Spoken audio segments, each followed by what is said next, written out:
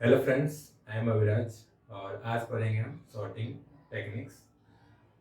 सबसे पहले समझ लेते हैं सॉर्टिंग्स होता है क्या है। तो सॉर्टिंग में किसी भी डेटा को एक पर्टिकुलर ऑर्डर में अरेंज करना उसे सॉर्टिंग बोलते हैं। अब डेटा क्या हो सकता है, हमारा कोई फैक्ट्स या इंफॉर्मेशन और डेटा ही होता है। ठीक है, तो एक एग्जांपल लेके देखते हैं। एग्जांपल जैसे हमारे पास सबके पास फ़ोन है, फ़ोन में हम क्या करते हैं, फ़ोन नंबर सेव करते हैं। ठीक है, तो फ़ोन नंबर किस तरह सेव करते हैं, हम ए से स्टार्ट करके कॉन्टैक्ट लिस्ट में देखते हैं तो ए से स्टार्ट होता है और जेड तक खत्म होता है। ठीक है, जैसे एग्जांपल लेते हैं कॉन्टैक्ट लिस्ट में, तो ए से स्टार्ट होकर जेड तक जाता है। ठीक है, तो ये भी सॉर्टेड है, किस तरह अल्फाबेटिकली सॉर्टेड है। ठीक है, ए टू जेड तक। और भी तरीके सॉर्ट कर सकते हैं, लाइक कॉल आता है तो टाइमिंग वाइज सॉर्ट कर सकते हैं, जो डायल नंबर्स होते हैं, मिस कॉल नंबर्स होते हैं, इस तरीके सॉर्ट कर लेते हैं। ठीक है, सॉर्ट हो जाता है। ठीक है, ऐसे एक एग्जांपल और लेते हैं फाइल सिस्टम का। एक हमारे कंप्यूटर सबके पास सिस्टम होगा, उसमें फाइल्स रखी होती हैं, फोटोज रखी होती हैं।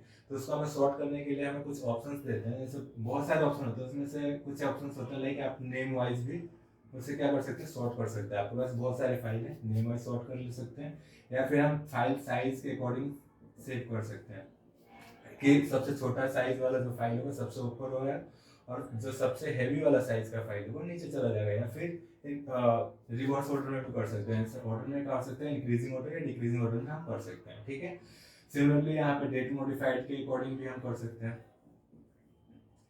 मतलब जो सबसे पहले जो फाइल एक्सेस हुआ होगा या अभी एक्सेस हुआ होगा सबसे टॉप पे आ जाएगा, जो कभी यूज ही नहीं किया होगा सबसे नीचे चला जाएगा। तो डेट मॉडिफाई के अकॉर्डिंग में हम सॉर्टिंग कर सकते हैं। ठीक है, ये भी इंक्रीजिंग ऑर्डर में सारे कर सकते हैं या डिक्रीजिंग ऑर्डर में कर सकते हैं, ये भी इंक्रीजिंग डिक्रीजिंग ऑर्डर में कर सकते हैं। ठीक है, तो अब यहाँ देखते हैं कि अब ये जो फाइल सिस्टम है एक क्लिक पे हमें क्या करता है, इनपुट जो डेटा होता है उसको आउटपुट में कन्वर्ट कर देता है with in a fraction of seconds. तो आखिर होता है क्या, इसके पीछे कौन सा एल्गोरिथम चल रहा होता है बैकग्राउंड में, तो हम समझ लेते हैं। इनपुट एक डेटा देते हो, ठीक है, जैसे फाइल सिस्टम है, यहाँ पे हमने बहुत सारे फाइल दिए रखे हैं। ठीक है, विद इन अ सेकेंड हमें क्या मिल जाता है, आउटपुट। आउटपुट में क्या मिल जाता है, हमें पास सॉर्टेड डेटा मिल जाता है। ठीक है, तो इसके बीच में कौन सा एल्गोरिथम काम कर रहा होता है, तो इसके पीछे का एल्गोरिथम जो होता है सॉर्टिंग एल्गोरिथम होता है। ठीक है, तो सॉर्टिंग एल्गोरिथम कौन कौन से हैं, वैसे बहुत सारे हैं, बट जो फेमस एल्गोरिथम्स हैं हमारे पास इंसर्शन सॉर्ट, बबल, सिलेक्शन, मर्ज और क्विक, ये जो फेमस एल्गोरिथम्स हैं इसको बहुत ही डिटेल में आने वाली वीडियोस में हम पढ़ेंगे। ठीक है, तो यहाँ पे हमारे पास सॉर्टिंग एल्गोरिथम अप्लाई होती है और सॉर्टिंग एल्गोरिथम अप्लाई होते ही ये हमें आउटपुट मिल जाता है। ठीक है, अच्छा एक और क्वेश्चन ये कि आपको लग रहा होगा कि यार सॉर्टिंग करना है तो कोई एक एल्गोरिथम पढ़ाओ ना, पांच पांच क्यों पढ़ा रहे हो। ठीक है, तो पांच पांच या फिर बहुत सारे एल्गोरिथम क्यों एग्जिस्ट करते हैं, तो उसके पीछे का भी कुछ तो रीजन होगा। ठीक है, चलो उसके रीजन को भी देख लेते हैं, तो रीजन क्या हो सकते हैं इतने सारे एल्गोरिथम पढ़ने के पीछे। तो इसका देख लेते हैं रीजन क्या हो सकता है। ठीक है, पहला रीजन तो ये हो सकता है कि नेचर ऑफ द इनपुट,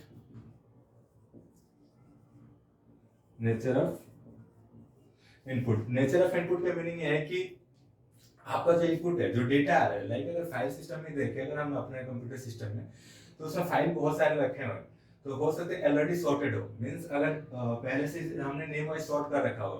ठीक है, और एक बार अगर हमने फाइल डाला तो एक ही फाइल है, हमें पता है पहले से जो फाइल एग्जिस्टिंग फाइल्स हैं सारे सॉर्टेड है, तो उस फाइल को क्या किया बहुत इजीली तरीके से कंपेयर करके कहीं एक पर्टिकुलर जहां उसका रिस्पेक्टिव पोजीशन वहां पहुंचा सकते हैं। ठीक है, तो ये क्या हो कि नेचर ऑफ इनपुट मतलब ये क्या क्या हो सकता है, या तो ऑलमोस्ट सॉर्टेड हो सकता है, जो कि अभी मैंने बताया कि पहले से सॉर्टेड है फाइल, उसमें एक नया फाइल आता है उसको अरेंज कर लेगा बहुत जल्दी।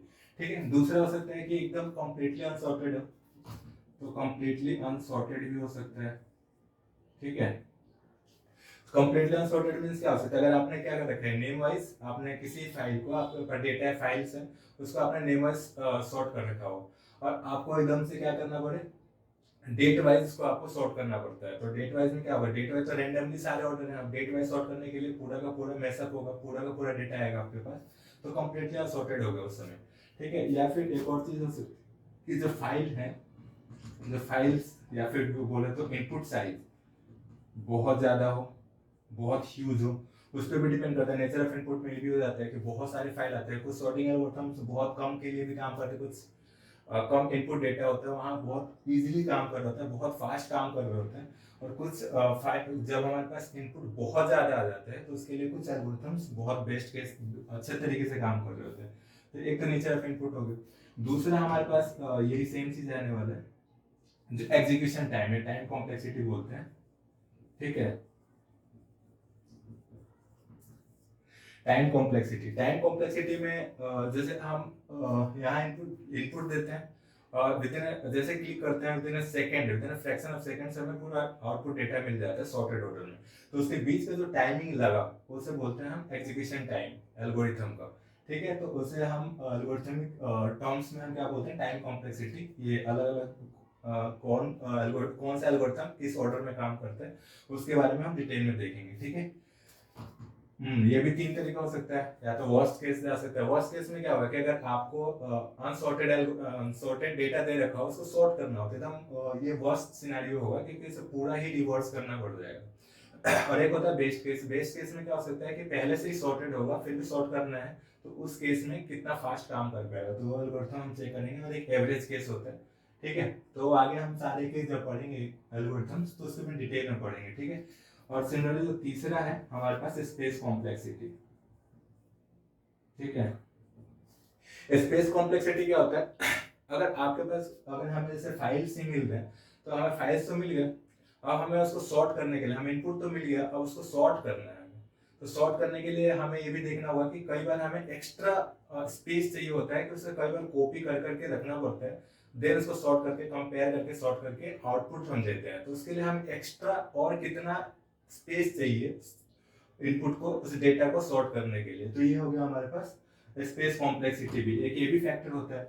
तो इसीलिए हमारे पास मल्टीपल सॉर्टिंग एल्गोरिथम एग्जिस्ट करते हैं। डिपेंड करता है कि हमारा नेचर ऑफ इनपुट कैसा आएगा, हमें टाइम रिक्वायरमेंट क्या है, हमें टाइम कौन से नेचर ऑफ इनपुट में, किस इनपुट में कौन सा बेस्ट सुटेबल रहेगा, वो हम चेक करके फिर अकॉर्डिंगली हम अप्लाई करते हैं, ठीक है। सो आने वाले वीडियोस में हम इन पांचों एल्गोरिथम्स को डिटेल में पढ़ेंगे विद कोड और विद एक्सप्लेनेशन, और उसके हम एल्गोरिथम्स भी लिखेंगे और कोड भी देख लेंगे, ठीक है। उसके एप्लीकेशंस भी देखेंगे कौन कहाँ कहाँ एप्लीकेशन, और आगे आने वाले वीडियोस इसमें डाल देंगे प्लेलिस्ट में, प्लेलिस्ट आप सेव कर लेना, ठीक है। और अगर अच्छा लगा हो तो चैनल को लाइक एंड सब्सक्राइब कर देना। Thank you, bye bye.